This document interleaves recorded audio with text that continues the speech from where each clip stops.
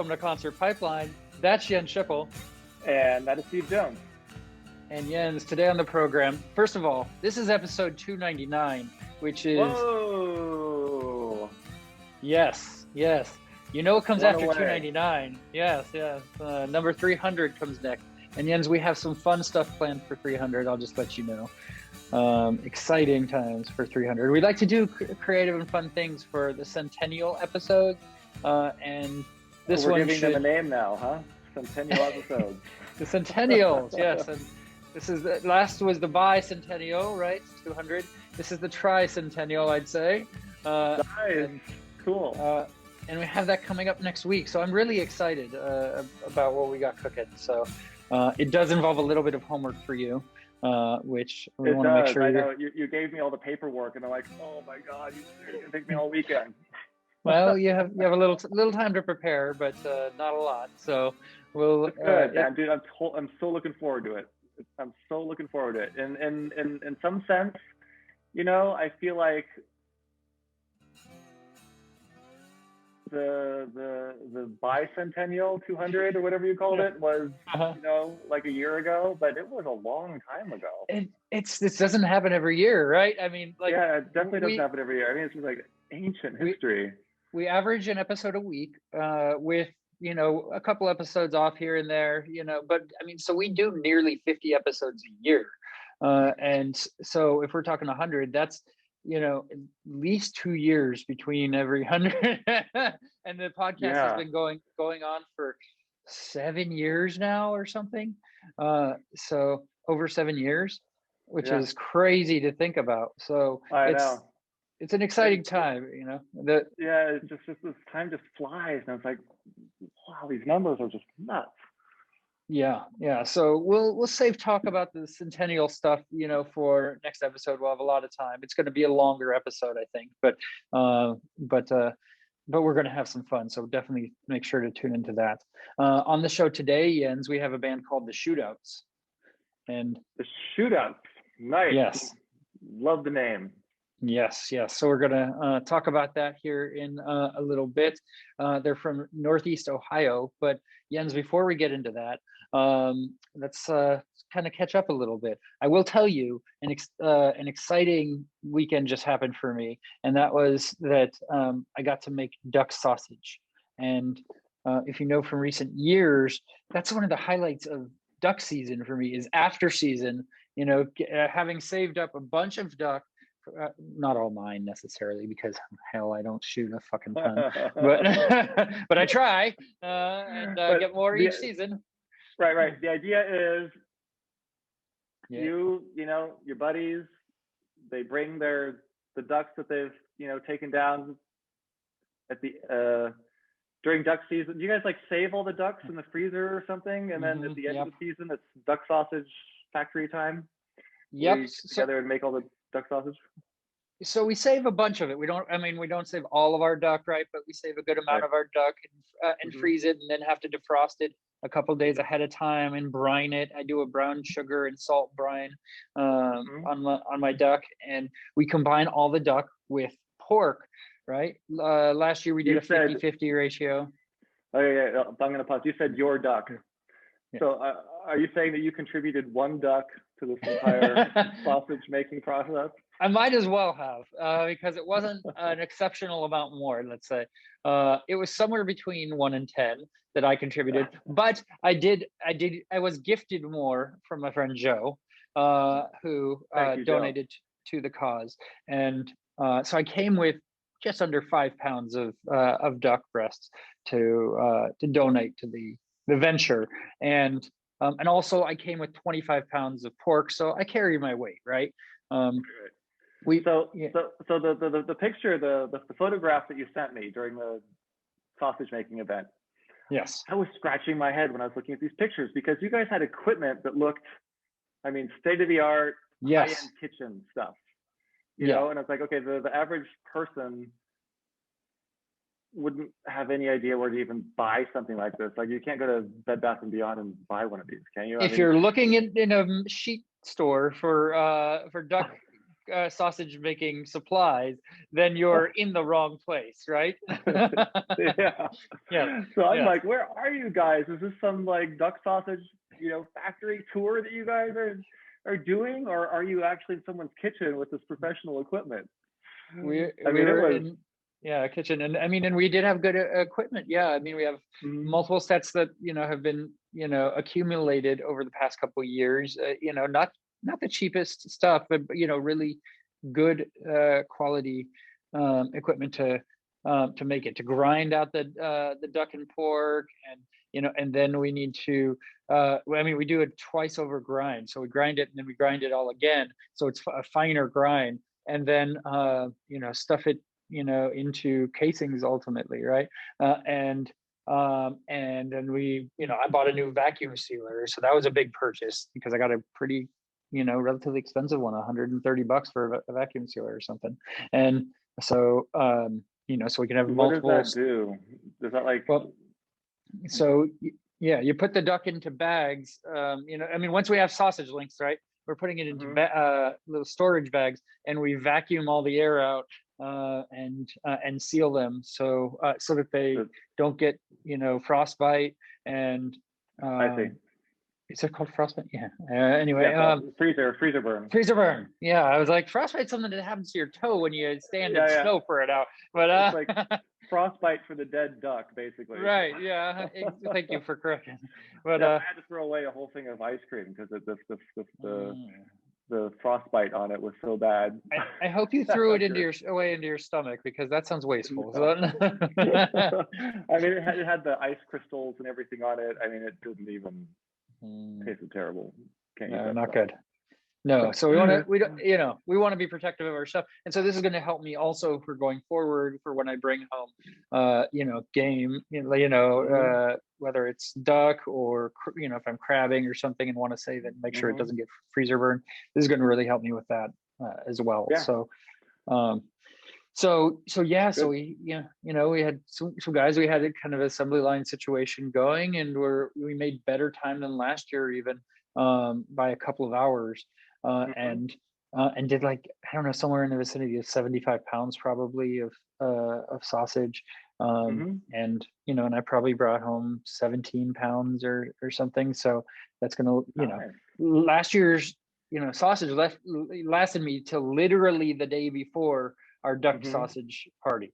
And I said duck sausage party, and and so I had the last of it for lunch the day before, and so I try and spread it out throughout the year, and it's great, and I really find value in eating food that I made, right? Right. Unlike anything else, so Yeah, it's really a rewarding process. Yeah, it's like, most people we know can't say that they've ever done that. Yeah, I can't say that I've ever done that. I don't think. Fishing, but that's different. Yeah, it's a little different, but it was great times. And you had a new acquisition over the week as well. We've been talking about it on the podcast, and it arrived. So why don't you tell us what you obtained? Yeah. What day is it? Tuesday. So I think, I don't even know. Have we had this thing a week already? So in the backyard on a patio, we've got a hot tub that was delivered. So it was delivered last week, and then on Thursday, I think, and then on Friday we had our neighbor electrician come over and set it up. And you said you said this was not delivered with water? It was not delivered with water. I couldn't believe it. Like, I thought these things were delivered all ready to go. Yeah. You would think. They give you the brochure, and it's got water in it. It's got bubbles, and it's got probably people sitting in it, having a great time. Yeah. So yeah, I'm a visual guy. So I was expecting water and a bunch of people in it that I didn't know that I could party with. Like, I can't wait to get a hot tub because I want free water and I want new friends, basically, is why I got a hot tub. And, the two things that were so exciting to me didn't happen. And I don't know, maybe I should return the damn thing. You are probably within your warranty period. So yeah. I know I've gotta give those guys some feedback. Their advertising is misleading. Their advertising is misleading, Steve. No wonder you got it so quickly. Yeah, it was probably returned by someone. In fact, Yes. we got it so quickly. We got this thing 10 months early because somebody had canceled an order. Yeah, that's crazy. Yeah, we were on a wait list for a year. So somebody canceled their order, and I bet you they canceled their freaking order because they too didn't get water Didn't get and the new friends. God, this is like a real, situation that is probably happening, and I don't think it's been explored deep enough. So yeah. So anyway, long story short, got the hot tub working, got the water in there. Electrician told us it would probably take about 12 hours or so for the water to heat up, to 104. When we'd filled up the tub with just garden hose water, it was at like 59 degrees or something. And I'm like, oh, God, I'm so excited about this. Maybe I should jump in right now. But I'm like, no, I'll wait till later. yeah. But, dude, it took like 5 hours. It was done. So by midnight, by 12:30 in the morning, it was ready to go at 107 or 100. Were you checking it at 12:30? You were up and checking it? Okay. You're like, is it ready yet? Is it ready yet? Actually, is it ready? I fell asleep. I was totally going to go do it, but I had fallen asleep on the couch like around 11:30 or something, and I only had a couple more degrees to wait. But then I woke up and I think it was 3 a.m. and it was totally ready to go. And I'm like, oh, I should jump in it right now. But I'm so damn tired. So I passed out on the couch again. But then that morning, I jumped in there and I'm like, oh, all right, let's figure out how these jets work. And I figured out how the jets work. And then I found my favorite seat. And I'm like hanging out like this. Like, yeah. And then my tub at 6 a.m. And I'm like, we're all my new friends from the brochure. I'm here all by myself, man. This sucks. I'm sorry for I don't know. My whole hot tub experience is kind of a mixed bag. But I'll keep you updated. You keep me posted on how, if they. It is possible that the friends might have been in part of a separate order, coming from Texas, because I know things are delayed that were sent from there. Just saying. There were 4 guys that delivered this thing into our backyard. I invited them all to a hot tub party, but they all declined. They declined it. That's weird. I wonder. Yeah, I know they liked me. I don't know why. They don't know a good time when they see it, but I know a good time, Jens, and it's to be had with Ryan Humbert from the Shootouts. I think we should bring him in. The Shootouts, yeah, let's do this. Now, yeah. Hey, how are you? I'm doing good. How are you doing, Ryan? Good. Excellent. I like your background, I have to say. So thank you. I thought, we got to definitely promote the new record, of course. I mean, that's absolutely a way to promote it for sure. So thanks for asking to do this. Hey, for sure. No, I mean, I got a chance to check out the new record, which is coming out April 30th, and is produced by Chuck Mead, right? So yeah, right. So very excited about that. Yeah. So I mean, we could start with the new record. I mean, tell me a little bit about it. When did you make it? I mean, obviously we're in a weird time right now with making music and everything. What does that look like? So this new record basically began, I guess you could say in 2019. I had a chance. I kind of do a little bit of moonlighting as a radio host. I have a radio show on a station in Akron, Ohio. I also recently turned that into a streaming station at AmericanaRoundup.com. And I had the chance to interview Jim Lauderdale, Jason Ringenberg, and Chuck Mead all together while they were touring. And I had met Chuck a few times just very randomly before that in Nashville, and had the chance to interview them. And I gave him a copy of the Shootouts' first record. And you know how that goes. You give somebody something like that, and you never hear again. Yeah, you don't know exactly what you never hear from him again or anything. So Chuck, I ended up running into him again at Americana Fest in Nashville, and I said, do you ever produce? And he said, yeah, I do. And I said, well, he told me how much he loved the record, and was, I think, into what we were doing. And he gave me his phone number, and I called him probably about 2 months later. I called him and I said, any chance you'd still be interested? And he said, yeah, I think I would. And that was probably late 2019. And we set the date to record March 8th of 2020. And so we had 3 shows. We played a show in Chicago, a show in Indianapolis, and a show in Columbus, a sold out show in Columbus on March 7th. Drove to Nashville the next day. We set up, we started the record. And then, the world went nuts, literally that week. Yeah. So, here we are recording this record, and, all of a sudden we're watching shows getting canceled and tours getting canceled. And that's not just for us. That was, for Chuck and for our engineer. All of a sudden, you're trying to make a record, and you're in, kind of like it's almost like a little prison, when you're in the recording studio. A lot of times you don't even know what day it is. There's no windows. And all of a sudden, though, we're all watching our phones, and we're seeing, all of our livelihood go away. And we're seeing all of a sudden these lockdowns and all this stuff that was happening.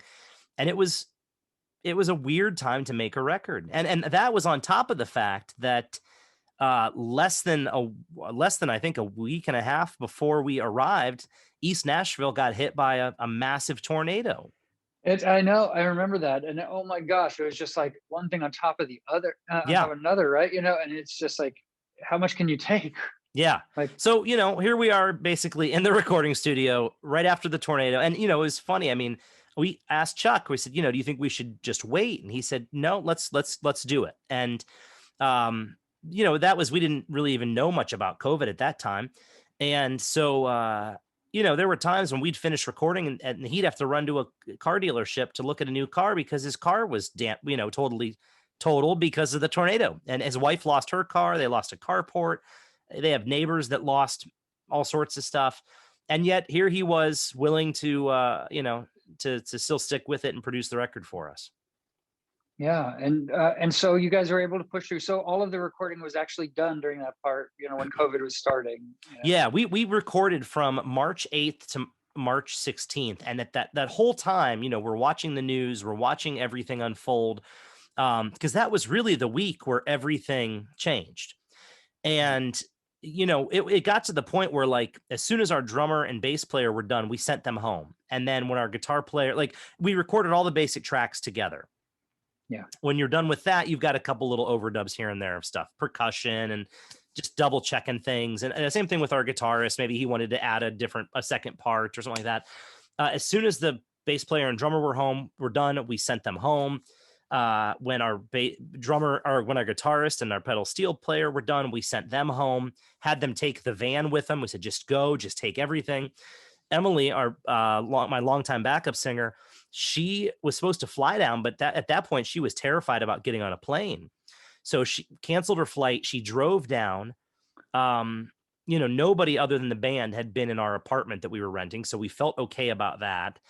And we finished the record. We finished all the vocals and hopped in the car and drove back home. I mean, and we tried not to stop as much, if we didn't have to. I mean, it was strange. I mean, we weren't even sure we could get back in Ohio.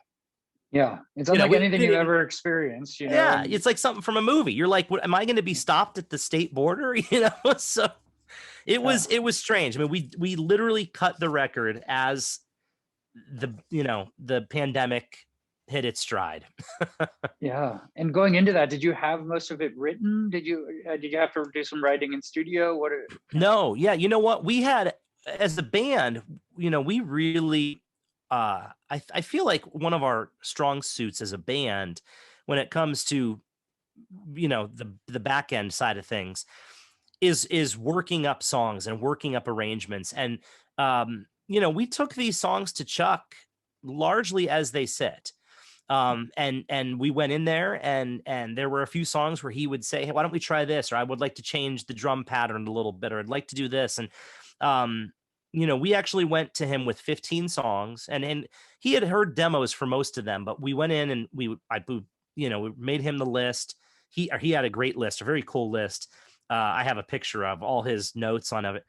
And, we would go down the list, we'd play him the song, we would take a look at it and see if there are any options or ideas. We'd kind of flesh that out if there was something that he wanted to try a little differently about, like I said, a drum pattern or a different guitar part or something of that nature.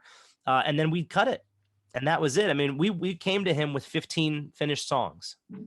Oh, that's awesome. And so when you had selected him to kind of produce this, like, what did you want him to pull out of you for for this album? What were you wanting him to bring to the album? And do you think that was accomplished?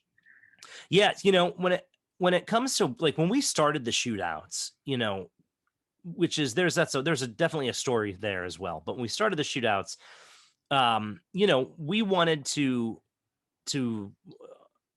I don't even know how to say this. We wanted to kind of pay tribute to the folks that we love and the music that we love.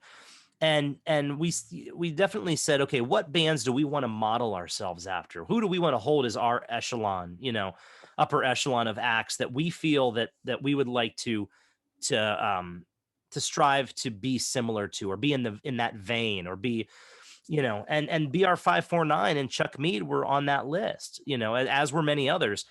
But the idea, I think, with Chuck was that we were fans of his. We loved his music. We loved BR 549. We knew that he would understand what we're trying to do, because honestly, I think what we're doing now is very similar in a way to what BR 549 was trying to do 20, 30 years ago.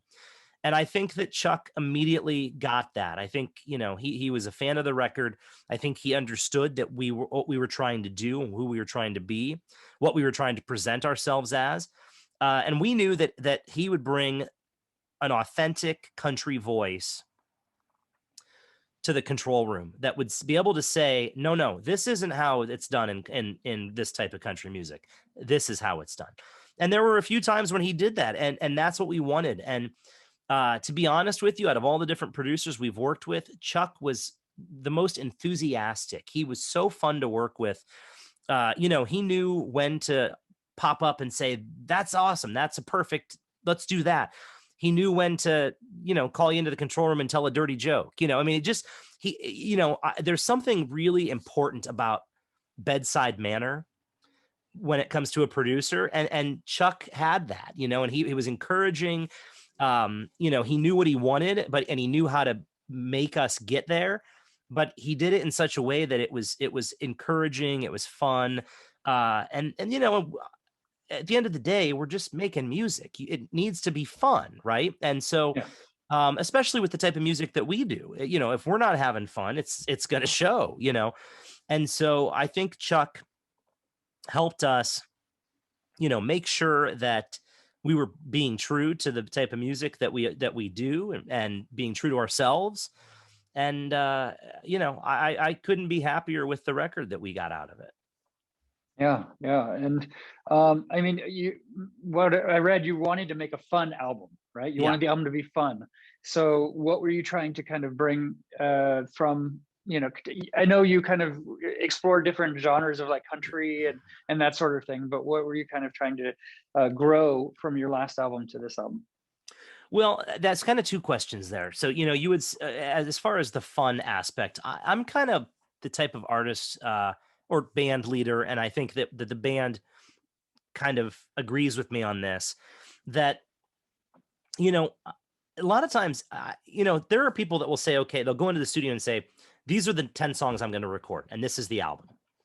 And that's fine. I've done that before too, but I tend to prefer, if you've got 15 songs that you feel really good about, go in, cut those 15 songs and see what sticks. There are going to be songs that will stand out to you. And that's what we did. We cut 15 songs for this record. There's only 12 on the record. The reason why is that 15 is way too many. Right. I think I just felt it was too much for what we're trying to do. And Chuck was very, felt the same way. He was very clear that he said, 15 songs is too much for a country record. And so what I did then, I kind of had the hard task of listening to those 15 songs and saying, where's the narrative here? What makes sense in this group of songs? And I kept going back to the fact that the last year has been very difficult for a lot of people, and we're hoping that, you know, we are maybe on the beginning of an uphill swing for ourselves as a country and as a world. And, you know, that might be 3 months. It might be another year. It could be, you know, we don't know that yet. But so many people have really taken this hard, as it's not an easy thing to deal with. So I kept going back to the fact that there was a batch of songs that felt good together. And that's what the record was. And so the 3 songs that got cut, it's not that they're bad songs at all. They're actually some really great stuff, but it just didn't fit the narrative of let's make a record for people that have been going through a hard time, that might want to just put this in, roll the windows down, and drive around for 30 minutes and enjoy themselves, you know. And there's nothing wrong with nothing wrong with records like that. Not every record needs to be, you know, a deep introspective record. And not that there aren't songs on here that tell a story, or songs that really have some emotion behind them. There certainly are. But, you know, there's 2 songs that are slower, and there's 10 of them that are a lot more pretty upbeat, pretty fun. And so that's kind of, I think, where that landed, is that I enjoy cutting what you have on the table, seeing what sticks, and the songs are going to speak to you. They're going to tell you where you need to be. Yeah. But that was the first part of that question. Then there was the second part what was the second part of the question that then you had asked? Now I have to go back. Sorry, I rambled too long, probably. I probably rambled too long in the question to make it a 2-part question, so that's not a good idea. So no, it's fine. It's okay. Yeah, I'm sure. Okay, so it was about what you wanted to grow from the first. Oh, yes. Yeah, we got there. Right, we got there. That's fine. You know, so you asked about you know, how the band has grown since Quick Draw. Yes. You know, Quick Draw was a blast to make as well. That is one record where we largely went in there with the songs we had. We had maybe 1 or 2 others, but we didn't even cut them. Strangely enough, Rattlesnake Whiskey, which ended up on this record, we tried to cut for Quick Draw, and I'm glad it didn't work. It wouldn't have fit with that batch of songs. It needed to be a little leaner and meaner, and I think Bullseye is a little leaner and meaner than Quick Draw.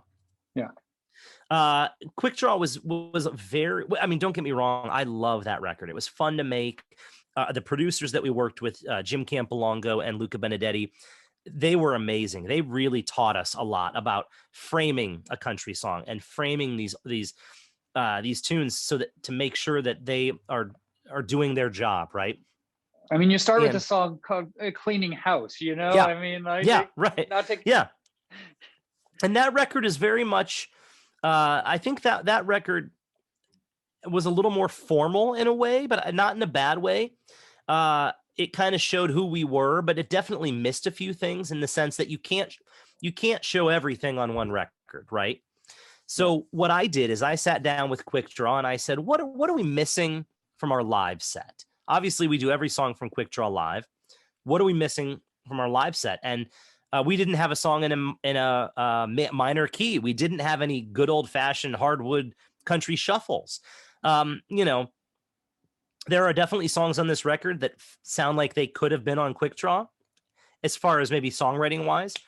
But there are definitely songs on this record that are very different from Quick Draw, like Rattlesnake Whiskey, or like I Still Care, which is a shuffle, or you know, things like that. But you know, there are stuff like I Don't Think About You Anymore or Saturday Night Town.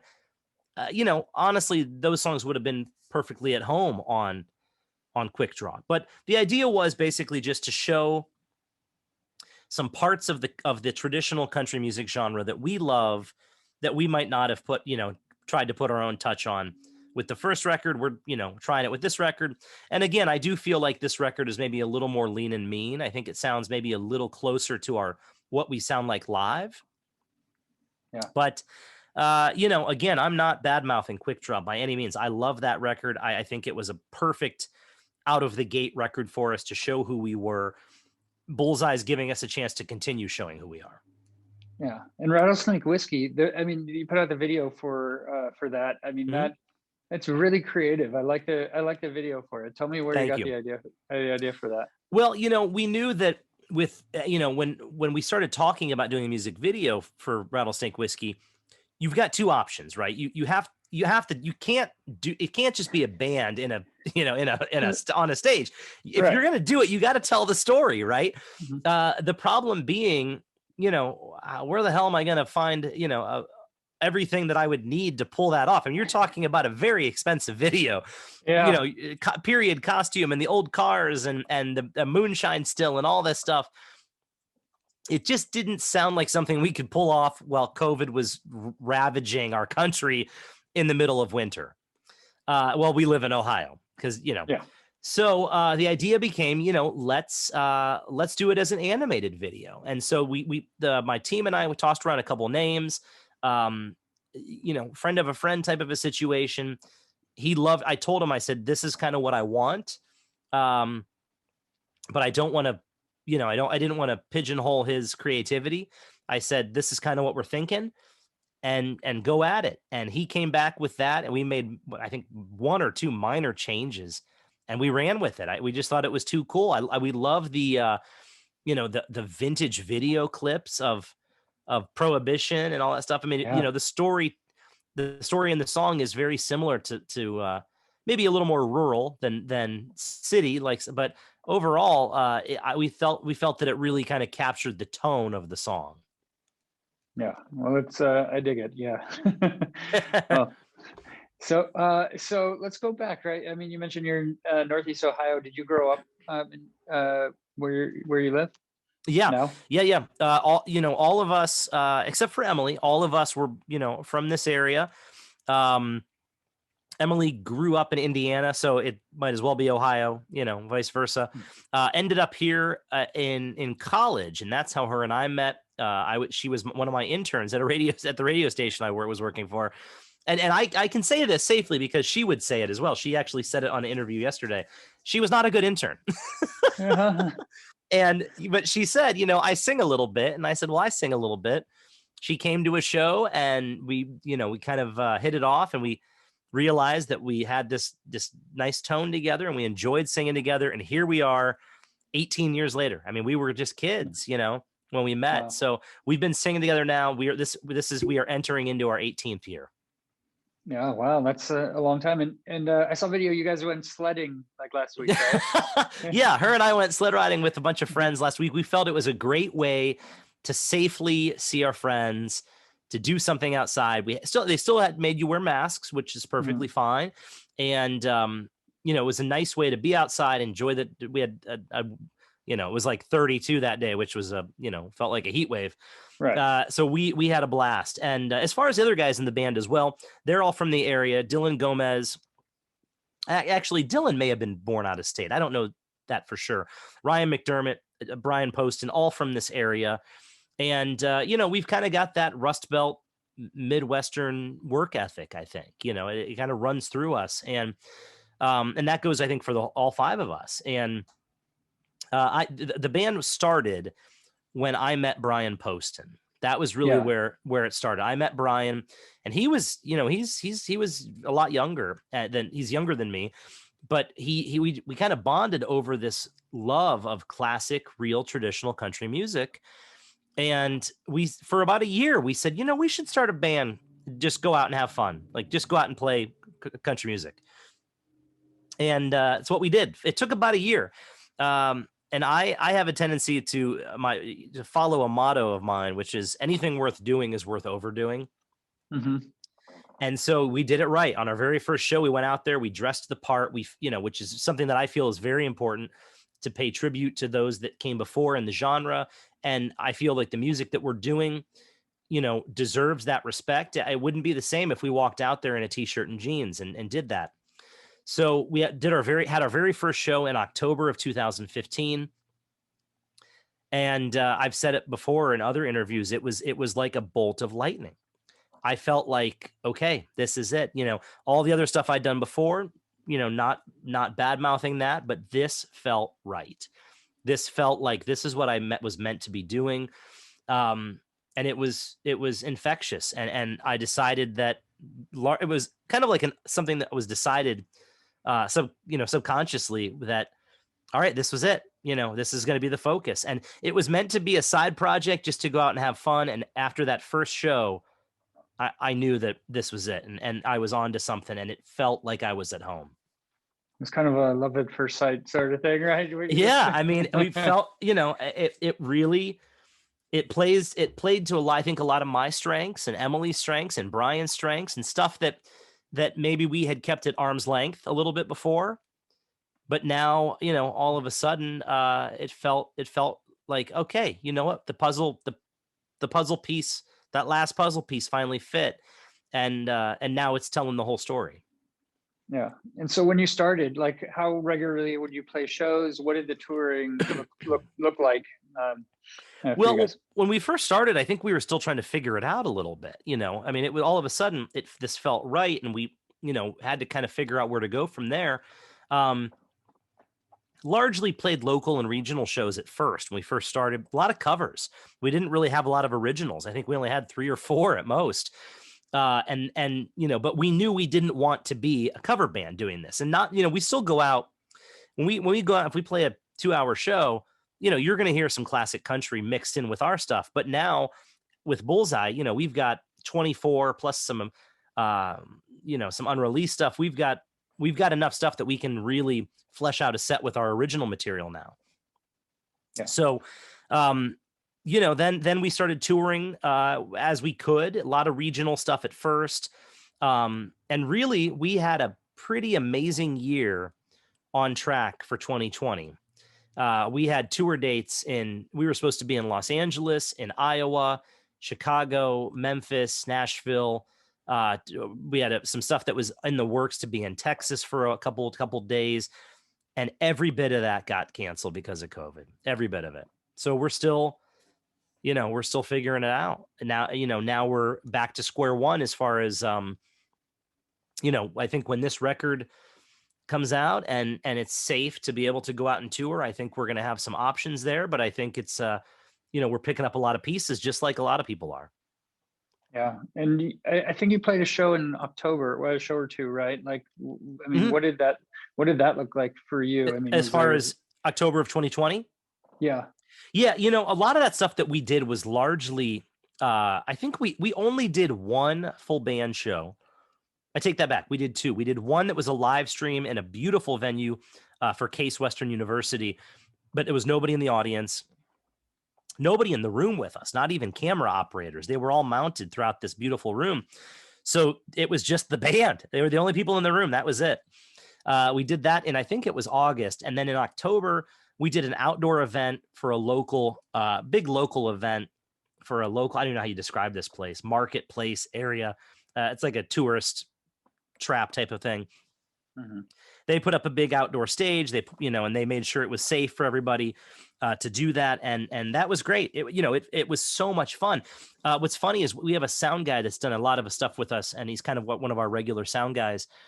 And he was at that show, and we hadn't played together in 2 months. And he said, "Man, that was one of the best shows I've ever seen from you guys." And I said, "You got to be kidding." We all felt rusty, but it just goes to show that, I don't know. It just goes to show that I think folks that are out, you might think you're rusty and they might think it's the best show ever, so, yeah. And those 2 went well. We also did a handful of like acoustic parties, I guess you could say, last year. Brian and Emily and I did probably 6 different events for people at their houses, socially distanced, safe. We also did one up somewhere near Lake Erie. There must have been 300 people there, but it was a little private community, and everybody was spread out. They all had masks on. It was incredible how well everybody followed the rules at this event. And it was great. We literally played with Lake Erie behind us. And, so we did some private stuff. We did anything that we could that was safe, that we felt good about, that we wasn't going to put ourselves or anybody there in danger of, risk of COVID. But it was, we made the best we could of it. And we're going to try to do that again this summer. I don't really believe that touring is in the cards again yet. I think most bands realize that. Especially, it really depends on where you're stationed too. If you're in a warm weather climate, it might be a little easier. Not as easy in a cold weather climate. But I just think that from what I've been hearing, there won't be a lot of touring this year. I think we might get back to concert venues being opened regularly by fall, but there's a lot of things that could change on a daily basis to change that, you know. Yeah. So I want to ask you about a couple of artists that you've played with. Mhm. You've played with Sheryl Crowe and also Mhm. Zach Brown Band, right? Yeah, gosh, the Zach Brown one was a while ago. That was oh god, it was a while ago. And that was funny. It was an acoustic show. They wanted just an acoustic set. They didn't want a full band. Sheryl Crowe, man, I've been had a crush on her since I was 15. All you got to watch is the "If It Makes You Happy" video, and so that was part of a festival event that was great. It was a cool event. That same day, we part of that event with us was Lake Street Dive was there, Trombone Shorty was there, Cheryl was there on the same stage that we were on. I think it was the same stage we were on. They had two big, huge stages set up, and we got to play on one of those. It was a great event, and got to meet her and talk to her and everything. And that was great. She's very nice. And, that's the one thing about a lot of the folks if you get a chance to open for some of these folks, first off, you should treat it as a master class, because that's what it is, right? If you get a chance to open, we opened for Marty Stewart and the Fabulous Superlatives, and we idolize those guys. I mean, they're up there, it's them and Dwight Yoakam and the Mavericks and BR549 and George Strait and a handful of others that we just idolize.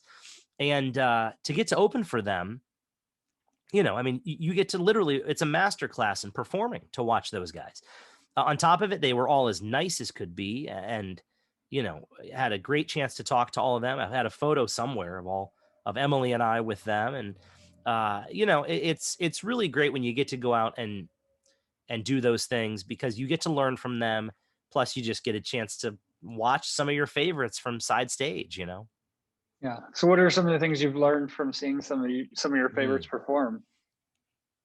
Boy, I mean, showmanship is such a big thing, and I think that, especially with the music that we're trying to do, I think that when you see Marty Stewart in the Superlatives, there's a level of showmanship there that they don't just, they're not too cool for the room. They don't just come out and strap on their guitars and start playing. I mean, there's, you feel like you're seeing a traditional country show. That's one thing that definitely learned. I mean, just how to put together a set list, how to make that flow so that you've got the right feel for a show. If you know the artist well, like we did with Sheryl or Marty, that their catalog well, and you see how they structure a set list. It kind of helps you think about how you would relate your set list to a show like that. That's just a few of them. It's always just an honor. It's also something else to be learned is how they treat people. If you see some of these major artists, and we opened for Chris Isaac, nicest guy in the world, out there, had his dog, and he's out there talking to everybody and taking pictures and telling stories, and would sit down and talk to you. There's something to be said for that. I mean, it's in its own weird way, that's a teaching moment. Yeah. And so you'd mentioned covers earlier, like when you go, I mean, you recently, I think, did a cover of Bob Dylan's "It Ain't Me, Babe," right? Yes, we did. Yes. So when you go in to kind of do a cover song, how do you approach it? How do you pay, respect to the original artist, but Sure. kind of make it your own at the same time? Well, so the Shootouts, we've done a couple cover songs on record at this point. We did I think there were 4 of them on Quick Draw, and there's no covers on the new album. But we also went in and we covered put our own kind of country stamp on a ELO song and also a Whitney Houston song. And then just recently an acoustic version of this Bob Dylan tune. So, how do you pick the songs? I mean, it's just got to speak to you in some way. You've got to be able to feel like you can bring something to the table with it. And with It Ain't Me, Babe, that was part of a project from Cleveland, a company called Cleveland Verses, a nonprofit that wanted to put something together to help musicians and help venue workers, things like that were out of work right now. So it actually is a massive project. There might be 32 different songs, I think, if you look that up, by different artists from Northeastern Ohio. And Emily and I've sang It Ain't Me, Babe for years. And we went into a studio, got it all set up. It was me, Emily, and Brian. We did this, during COVID. So you have to take that into consideration, and how we had everybody stationed in the room and with masks and everything. So we decided to cut the song. We cut maybe half of one just as a little test to make sure everything sounded right. And I was playing guitar at that point too. I looked at Brian and I said, I don't think I want to play. And I put the guitar down and I said, let's just do it with just you and me and Emily singing. And we cut it, and that was the take. I mean, what you hear with that cover, it was the first, or I don't know, first full take, maybe the second take if you want to be, if you want to get nitty gritty on it. But, and that was the take, and that's what you hear. It was all live in the studio, no fixes, no anything. And that was that. And so, there's just got to be some sort of reason why you pick a song that you do. And a lot of times it comes down to it's a song you love. I'm a huge ELO fan, and that's where that came from. I absolutely love Jeff Lynne. I think that man does no wrong. And I asked Brian, I said, do you think we could make this a country song? I feel like it would fit. And we kind of worked that up together as a band. And with the Whitney Houston song, that was more about kind of showing people what you can do. Right. Mm-hmm. We took a song that a lot of people know very well, and we said, what would it sound like if Patsy Cline were going to do it? Uh-huh. And that's where that came from. It's a song everybody knows. Everybody loves that song, even if you don't want to admit it. It's Which one is it? It's I Want to Dance with Somebody. Okay. I mean, people our age group in their 20s, 30s, even 40s, we grew up with that song. So it just was fun. Brian Poston put that whole arrangement together and really did a great job as far as kind of arranging the tune. And then when we got to Nashville, the two producers we worked with on that song, Skylar Wilson and Jordan Lenning, they kind of helped us finish the arrangement. I'd say we came probably 80% of the way with the arrangement, and they kind of helped us cross the finish line with that. And then on Quick Draw, we did a couple covers as well. If I Could is a cover of a Tim Carroll song. Tim Carroll's a very talented songwriter from Nashville. We did a cover of an old Shel Silverstein song that Bobby Bear recorded called Alimony, pretty obscure tune. And then we did a cover of a friend of ours, a guy named Mark Lee Shannon, an incredibly talented singer-songwriter from Northeastern Ohio. He wrote If We Quit Now, and I produced a record for Mark back in 2017 or 18, I think it was, right in there. I can't remember. I think we released that record for him in May of 2018. So it was earlier that year we recorded. I think we recorded in January.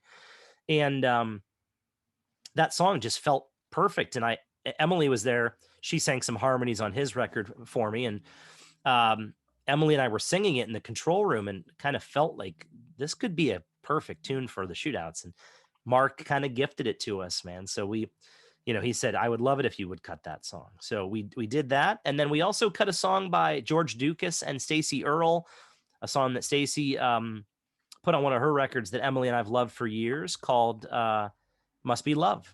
And it's just a song we loved. We sang for years, and we felt we could make it a Shootouts tune.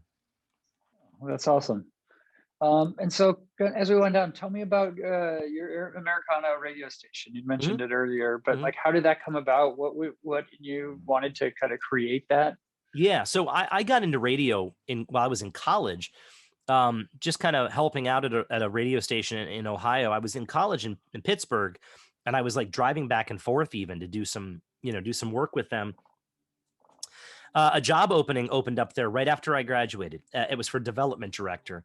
I had some experience with, marketing and graphic design and all that type stuff, and a little bit of sales, but, they gave me the job, and I went in and I said, I'm going to, kick ass here. And it was fun. It was a successful run there. I was there for about 5-6 years. I left to primarily do music full time.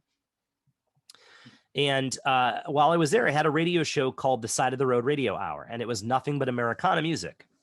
When I left, the show ended, and when I went back, I always had a relationship with that station, and they asked me to come back, probably about 6 years ago. And I said, I don't want to come back full time. Things are going well with the band and with music, and we kind of went back and forth a few times. They asked me twice to come back, and finally decided that it would be best if I came back kind of as a consultant, part-time, work from home. It's all marketing and graphic design. It's all stuff that is very flexible, and it's stuff that I can work on around the band. So it's a nice way to help bring in some extra money, and help put food on the table when, times are lean. And so after I was there for about, I don't know, maybe a year or so, we discussed that it'd be great to start a radio show back up again. So I called it the Americana Roundup. It's 2 hours every Sunday morning on the Summit, WAPS in Akron, Ohio, 91.3 FM, 90.7 FM in Youngstown, 91.3 in Akron, Canton, 90.7 in Youngstown. And it's a blast. And I have 2 hours to play whatever I want. It's an Americana show, so I stick largely to that genre. I will, certainly bring in a little bit of rock or classic country or folk or blues, but those are all part of the Americana genre anyway. Yeah. So the show, even though it's on a Sunday morning, the show has been largely successful. And we have listeners that said they wake up and listen, on Sunday mornings, and they share breakfast with me and all that other stuff. And I decided that during COVID, it would be a good time to finally expand on that. The idea was at one point to do a syndicated show, and I still might do that at some point. That discussion is being had still. But I thought, you know what, let's do something that I know I can do while COVID is going on. And so I decided to turn it into a 24/7 streaming channel. So if you go to AmericanaRoundup.com, it's free. You can listen anywhere. You can listen on your Amazon Alexa. You can download an app to listen. You can listen right there on the website. There are over 5,000 songs in rotation, multiple categories, over 5,000 songs in the library, and I handpicked every one of them. So Wow. it's a curated, highly curated look at the Americana genre. There's a little bit of blues, a little bit of bluegrass, a little bit of classic rock, but of course, very heavy on, the Americana artists of yesterday and today. So it's been very fun. It's a passion project of mine. I want people to, hopefully more people to continue to discover the great music that lives in the genre, whether it be bands like the Shootouts or different artists, whether it be a little more bluegrass or a little more soul, a little more rock. There's a lot of things that live in the Americana genre, and I'm hoping I can just continue to, spread the word about the genre to people. Well, that's really cool. And is that where the nickname Shooter Sharp came from? Yes, it is. I don't really use it much anymore because, we originally, the original idea was to name the band something kind of fun and tongue-in-cheek, like Buck Owens and the Buckaroos, or Merle Haggard and the Strangers, or, something of that, but, Bob Wills and Texas Playboys, something like that. So we said, well, it'd be fun to call it Shooter Sharp and the Shootouts. The biggest problem was nobody could get it right. I mean, my own mother had trouble remembering the name, but I stuck with it for a little while. And the program director from the radio station said, why don't we call it Shooter Sharp's Americana Roundup, to kind of play off of I said, all right, let's do it. So the band, we called ourselves that for a while, and it was before Quick Draw. We opened for our friend Radney Foster. I've opened for him numerous times, and we were talking backstage, and he's been very helpful, giving us advice and such. And I mentioned to him, I said, I'm thinking of shortening the name. He goes, you absolutely should. He goes, it's amazing to me that, the Shootouts isn't taken. And it wasn't. And he goes, I really think you should shorten the name. And I said, well, that's it right there. I mean, I've been thinking about it anyway. When Radney Foster tells you to do it, you do it, So, and honestly, it's so much easier. And we've had so many people that are like, oh my gosh, I love the name, but I don't know if they would have if it was as long as it was before, you know. So that little nickname was self-imposed in a way, but then it kind of stuck, and now I'm trying to get rid of it. It's here. It's living on forever. Yeah, I don't know. Yeah, I'm trying to live that one down. So it's I don't hear it too much anymore, but every once in a while. But so you must have done a deep dive if you if you I do my research. yes you do. Yes you do. No, it's great. Actually, I think it was an article on your Instagram page that what mentioned that. Yeah, I'm So, trying to live it down, and you know what? It's fun. It doesn't bother me by any stretch of the imagination. It's it was part of who the band who we were started, and a lot of bands have had name changes before they, started doing things on a bigger level, and that's kind of where we are.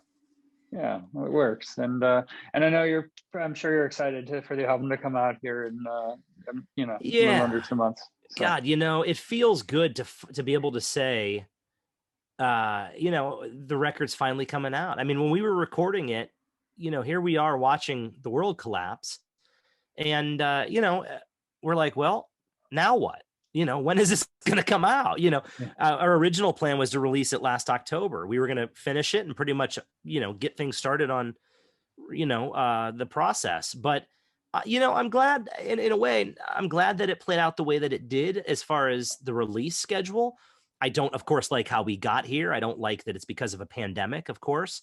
But it allowed us to take our time a little bit more. We were able to put together an amazing team. We're so excited to be working with Soundly Music and some of the folks that we're working with, and Soundly has just been amazing. Our publicists are great. Our radio reps. We're getting ready to release the official single on March 17th. The song is called "Everything I Know." Mm-hmm. It's a pretty fun song. It kind of reminds you of some of the '90s country that we love, like we had said, the Mavericks or Dwight Yoakam or Marty Stewart or some of that stuff, and just meant to be kind of a fun tune. So we're excited about that song. That's going to be the single that comes out soon. I mean, our whole team is great, and I'm just excited people finally get to hear it, finally get it out there, and hopefully, like I said, people can enjoy it. Yeah, and hopefully in the not too distant future be able to tour it, right? So that would be great. It would be great to be able to get back out there, especially on the heels of this record. That may or may not happen. At the very least, excited that we get to connect with our fans, get this music out there, and continue to build what we're trying to do. Absolutely. Well, Ryan, I want to thank you for taking the time. I appreciate it. Yeah, thank you so much. I really appreciate it too. We loved chatting about the new record and everything. And people can find out more about the band at shootoutsmusic.com. We've got a whole bunch of stuff up for pre-sale right now, which is a really important way to support artists right now during this tough time, is to buy stuff directly from them. And we have some fun stuff up on our web store. I'm a huge vinyl fan, so we've got three different colored vinyl on the website. We've got a whole bunch of new shirts. We've got Rattlesnake Whiskey shot glasses. I like it. So yeah, so a lot of fun stuff, and we're on all the social medias and everything, and we love hearing from folks. So hey, very cool. All right, that was the interview with the Shootouts here on Concert Pipeline. And Jens, that takes us to the final segment on the program. What is it?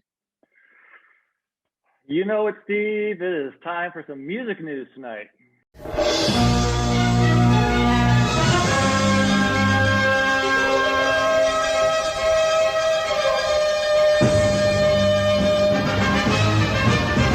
Right.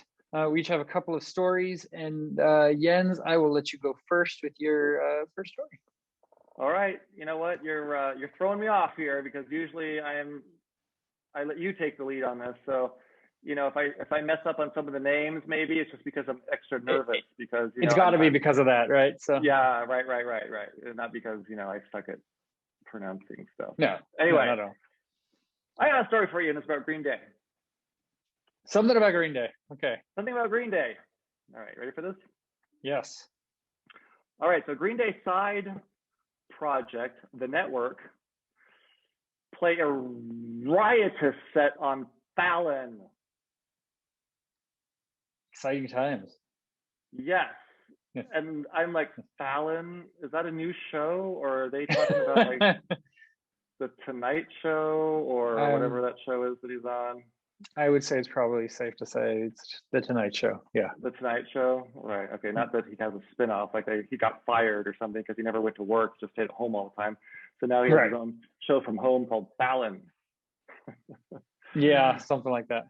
But I think a lot Anyway. of bands are playing, like them playing shows is just doing a distance thing, and then it's edited into the show, right? They're not actually at the show, in probably most cases. So yeah, exactly. Kind of the magic of Hollywood has now been brought to the home. Yeah, I know, right? We can do stuff like that. Yeah.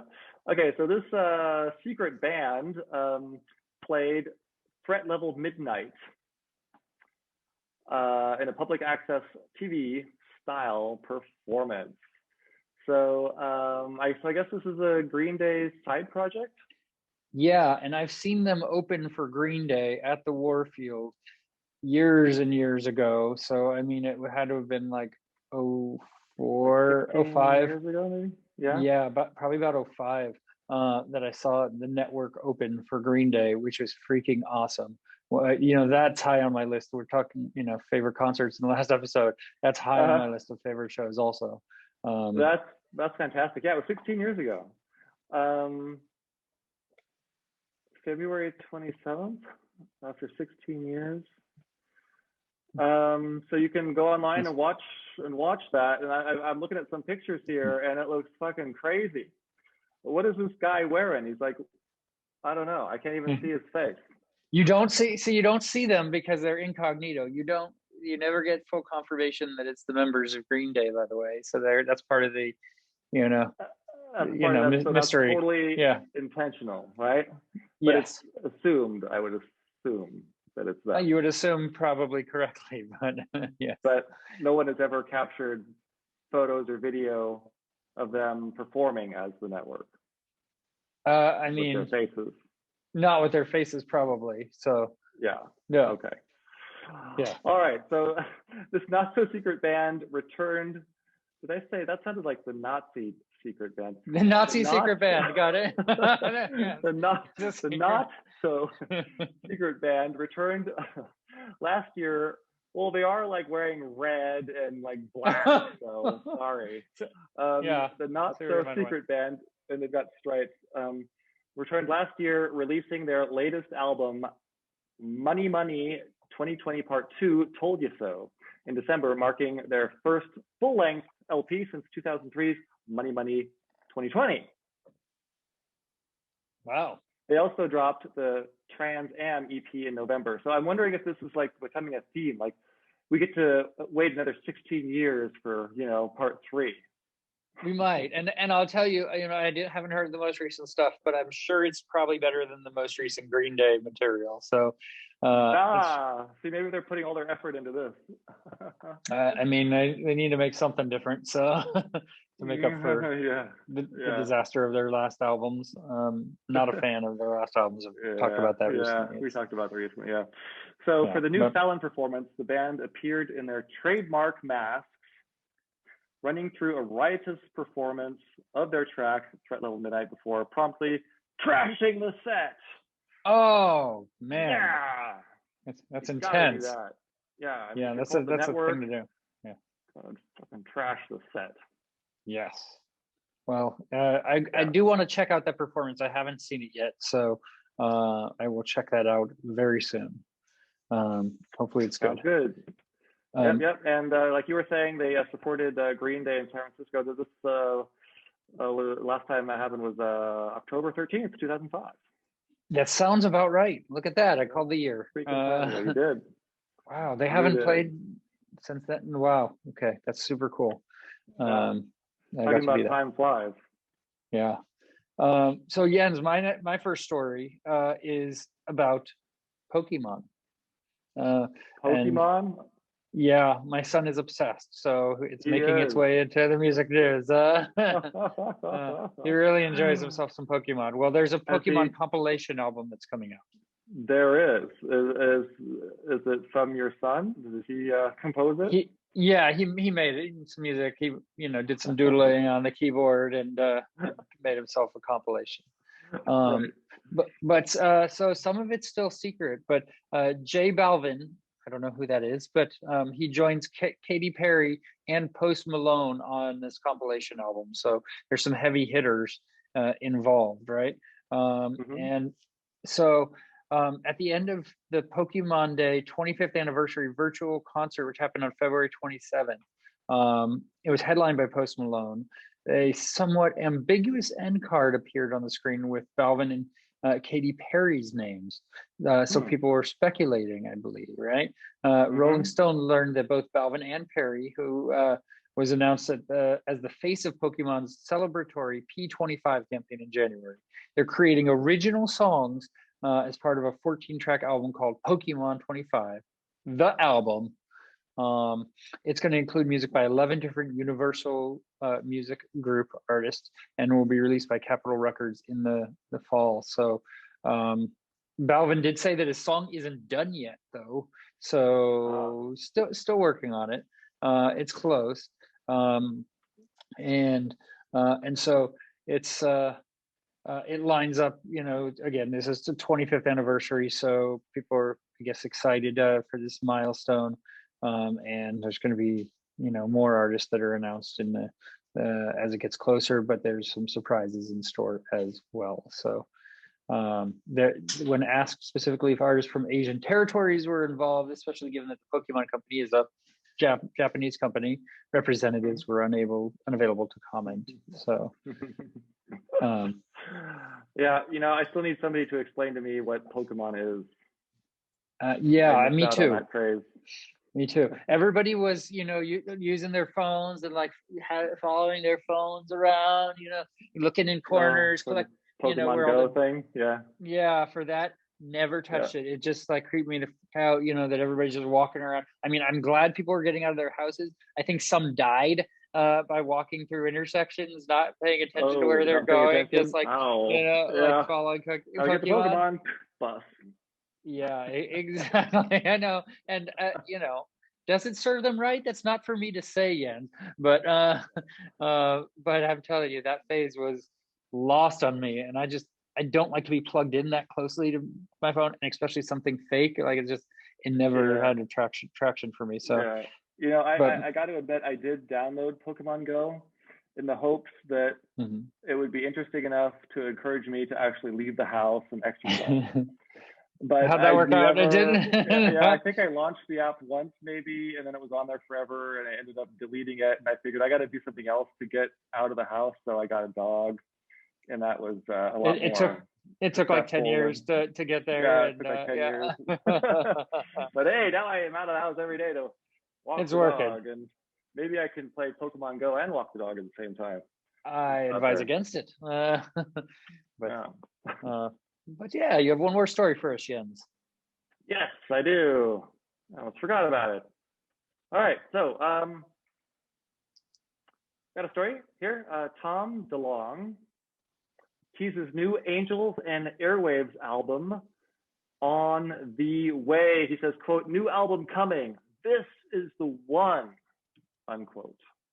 The one. Okay, is it the one after the one, or I don't know what that means. Man, just don't confuse things. All right, he said this is the one. Okay. Don't make it more confusing than it has to be. This is the one. All right. I'm sure it's no ifs, ands, or buts.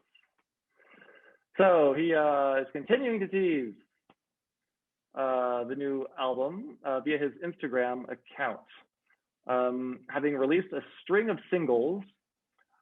All That's Left Is Love, Rebel Girl, and Kiss and Tell. DeLonge revealed earlier this month that the band were back in the studio working on their long-awaited 6th LP. So it's the 6th. It's not the one. It's the one. Oh, okay. Got it. The one, Tom. Right? We got it. Yeah. We got it, Tom. I'm sure. Yeah, you love all your kids equally. Oh, wait, no, wait, what? Yeah. It's like, I got a girlfriend, she's the one. Oh, I have another girlfriend, she's the one. She's also the one, yes. You got to be excited about it. So it's going to be the one, even if it doesn't end up being the one. It's the one. Yeah. It's the one for that moment, and that's all that matters. It's the one for that moment. I stopped Okay. listening to Angels and Airwaves a long time ago. But just to be honest, I was into their stuff at first, but I don't know. He lost me. So yeah. I have fond memories. Let's see. Angels and Airwaves' last full-length record came in the form of 2014's The Dream Walker. Since then, they've shared 3 EPs. So that's 2014. Okay, that's 6-7 years ago. Okay. On Thursday, the former Blink 182 guitarist, who last year stated that he would definitely reunite with his old band again at some point, shared a picture of himself stood against a white backdrop and the words, quote, "The world is different now. We feel more of us." That feels like he's chasing aliens again, like a little bit, right? He's got some UFO, kind of paths that he's followed. And if you want a lot more information on that, listen to his interview on Joe Rogan. But it's, I don't know. Anyway, that's, I'm proud of him for creating a new album. That's great. But I don't see him getting together with the Blink-182 guys anytime soon. Much to his dismay. Do you think he has a better chance of doing that than? I've got to imagine he has a better chance of doing that than Oasis getting back together. I'd say that is probably more likely than the Oasis reunion. But Blink-182's moved on with Matt Skiba from Alkaline Trio, and they don't seem disappointed to have someone who can be there consistently and on this planet. So that's just my opinion on the situation, but we'll see.